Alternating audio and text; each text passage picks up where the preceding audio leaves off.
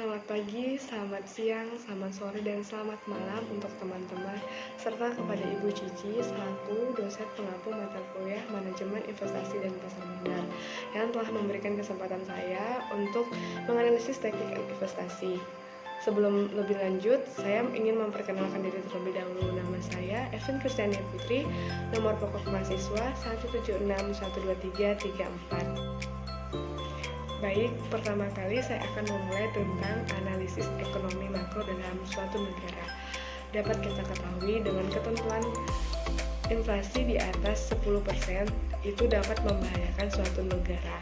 Nah, di Indonesia, tingkat inflasi dari tahun 2016 sampai 2020 dapat kita ketahui dari tabel di samping bahwa tingkat inflasi di Indonesia masih terkontrol dengan baik karena berada di rentang 3,02% sampai 2,72%. Selanjutnya, saya akan membahas tentang analisis pasar modal di Indonesia. Dalam perkembangan perekonomian Indonesia saat ini sedang beronjak mulai dari akhir tahun, kondisi mulai tidak stabil karena adanya kasus pandemi COVID-19 yang menyerang berbagai negara. Indeks harga saham gabungan atau IHSG telah turun sebesar 22% di awal tahun 2020. Penurunan ini tentu saja diakibatkan karena wabah yang menyerang di Indonesia. Nah, pasar modal Indonesia juga menjadi imbas dari wabah tersebut. Tetapi, dari data di samping yang dicantumkan bahwa kinerja IHSG selama 10 tahun terakhir dari 2010 sampai 2019 terjadinya ada peningkatan dan penurunan. Penurunan ini terjadi selama 3 tahun, sedangkan sisanya 7 tahun IHSG berkinerja sangat baik. Selanjutnya, saya akan menganalisis dalam suatu industri. Saya memfokuskan analisis dalam sektor industri barang konsumsi. Industri barang konsumsi merupakan sektor industri yang paling diminati dan sangat diperlukan oleh setiap manusia. Kemudian, sektor industri barang konsumsi juga yang secara umum telah berada pada tahap perkembangan yang pesat, di mana produk-produk dari perusahaan sudah dikenal oleh masyarakat dan juga sudah melekat dalam kehidupan masyarakat. Pertumbuhan dalam sektor industri barang konsumsi khususnya dalam subsektor makanan dan minuman yang terus berkembang dari tahun ke tahun.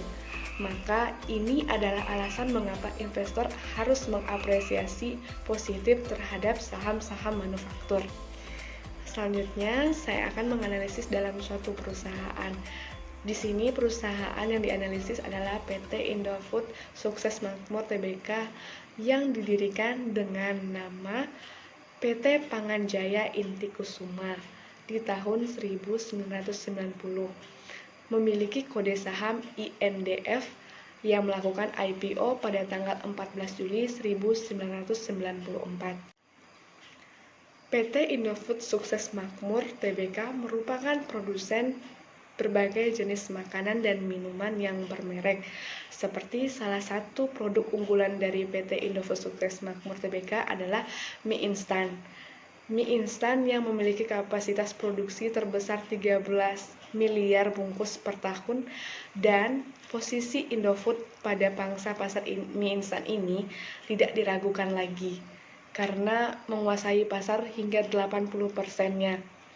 Selain produk unggulan tersebut, PT Indofood juga memproduksikan seperti makanan ringan, es krim, sirup, dan tepung terigu. Dalam menganalisis suatu perusahaan, saya menggunakan dua teknik, yaitu teknik analisis fundamental dan teknik analisis teknikal. Bagian pertama yang akan saya bahas adalah bagian tentang teknik analisis fundamental yang saya mengukur dari EPS, DER, NPV, dan ROE.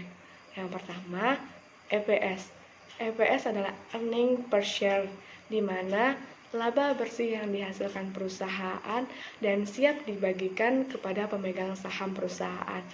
Di sini, makin besar EPS maka semakin bagus untuk investor, karena para investor sangat tertarik dengan EPS. Dapat kita ketahui dari tabel di atas atau grafik di samping bahwa earning per share yang dihasilkan oleh PT Indofood Sukses Makmur setiap tahunnya meningkat dari tahun 2015 sampai 2019. Dalam grafik ini yang sangat jelas kelihatan dari tahun 2018 ke 2019, peningkatan EPS terjadi sekitar 7%. Yang kedua adalah DAR. DAR sini menggunakan ketentuan adalah semakin kecil DAR maka semakin bagus bagi perusahaan, karena semakin kecil jumlah modal yang dibiayai dari hutang. Dari grafik di samping dapat kita ketahui bahwa perusahaan sudah mulai memperkecil atau mengurangi penggunaan modal yang dibiayai dari hutang.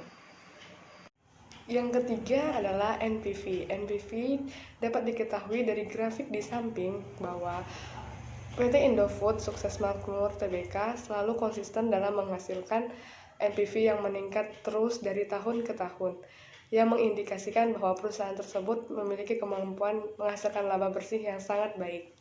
Selanjutnya yang keempat adalah ROE atau Return on Equity. Rasio ini mengukur seberapa banyak keuntungan yang dihasilkan oleh suatu perusahaan dibandingkan dengan modal yang disetor oleh pemegang saham. Nah, semakin tinggi rasio ini, maka semakin baik bagi kinerja keuangan perusahaan, karena kemampuan modal menghasilkan laba semakin besar. Nah, untuk perusahaan PT Indofood Sukses Makmur ini dapat kita ketahui melalui grafik di samping bahwa perusahaan selalu konsisten untuk menghasilkan ROE-nya, yang mana dapat kita buktikan melalui 3 tahun yang berturut-turut perusahaan menghasilkan ROE yang semakin meningkat. Nah, bagian yang kedua yang saya akan jelaskan yaitu analisis teknikal. Analisis teknikal yang dapat kita ketahui untuk PT Indofood Sukses Makmur Tbk ini melalui candlestick secara harian dan secara mingguan. Dapat kita ketahui bahwa Indofood ini sedang mengalami indikasi saham akan turun atau overbought akibat dari sentimen negatif dan kasus pandemi COVID-19 ini yang terjadi di Indonesia. Saham PT Indofood Sukses Makmur ini berada di harga support sebesar 6.100 dan di harga resisten, area resisten itu 6.700. Nah, kesimpulannya bahwa membeli saham PT Indofood Sukses Makmur Tbk ini sangat disarankan atau dianjurkan dalam investasi jangka panjang, karena perusahaan memiliki prospek kinerja yang sangat baik dari sisi analisis fundamental maupun sisi analisis teknikal. Sekian analisis dari saya, semoga dapat berguna untuk teman-teman semua. Terima kasih, Tuhan Yesus memberkati.